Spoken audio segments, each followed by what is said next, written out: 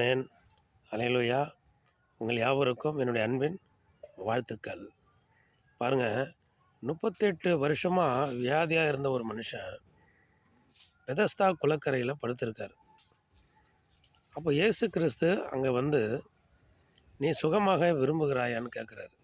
அப்போ என்னை கொண்டு போய் குளத்தில் விடுவதற்கு ஒருவனும் இல்லை, குளம் கலக்கப்படுவதற்கு முன்னமே வேறொருவர் இறங்கி விடுகிறார் அப்படின்னு சொல்கிறார். அப்பொழுது ஆண்டவர் என்ன பண்ணுறாரு, உன் படுக்கையை எடுத்துக்கொண்டு நட அப்படின்னு சொல்லி அவன் படுக்கையை எடுத்துக்கொண்டு நடக்கிறாரு. அவர் சுகமாயிட்டார், வீட்டுக்கு போகிறாரு. பாருங்கள், இயேசு கிறிஸ்து 33 ஆண்டுகள் இருந்தாங்க, ஊழியம் செஞ்சாங்க. 3 வருஷம் ஊழியம் செஞ்சாங்க.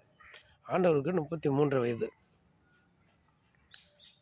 இவருக்கு 38 வருஷம் அந்த குளக்கரையில் படுத்திருக்காரு. அப்போ 38 வருஷம்னா அதுக்கு முன்னாடி எவ்வளோ நாள் இருந்திருப்பார் பாருங்க. ஆனால் அந்த குளம் கலக்கப்படும் போது இவருக்கு சிறு வயதாக உள்ளவங்க நிறைய பேர் அதில் என்ன பண்ணிடுறாங்க, உடனே சுகம் பெற்றுக்கொள்கிறாங்க. அவங்கவுங்களும் வீட்டுக்கு போயிடுறாங்க. வாழ்க்கையில் சுகம் அடைஞ்சிடுறாங்க, நோயில் சுகம் அடைஞ்சிடுறாங்க, பிரச்சனையில் சுகம் அடைஞ்சிடுறாங்க.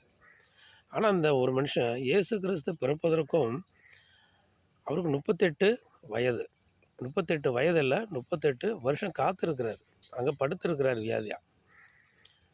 அதுக்கு முன்னாடி அவருக்கு எத்தனை வயதுன்னு நமக்கு தெரியலை. ஆனாலும் எவ்வளவு நாளாக அவர் காத்திருக்காரு பாருங்க. இயேசு கிறிஸ்து பிறந்து அவர் வளர்ந்து 33 வருடங்கள் பிறகு 38 வருடமாக அந்த இடத்துல படுத்திருந்த ஒரு முதிர் வயது உள்ள ஒரு மனுஷனாக தான் அவர் இருந்திருக்கணும். ஆனால் சிலர் இதில் நம்ம என்ன புரிஞ்சுக்கிறோன்னா, சிலர் அநேக நாள் காத்திருக்க வேண்டியிருக்கு, சிலருக்கு உடனே சுகம் கிடைச்சிடுது. ரொம்ப நாள் காத்திருந்தாலும் அவர்களுக்கும் சுகம் உண்டு, காத்திருக்கிற மனுஷனுக்கும் சுகம் உண்டு. அதனால் ஒரு சிலருக்கு உடனே கிடைச்சிடும், ஒரு சிலருக்கு கொஞ்ச நாளில் கிடைச்சிடும், ஒரு சிலருக்கு அநேக ஆண்டுகள் ஆகும்.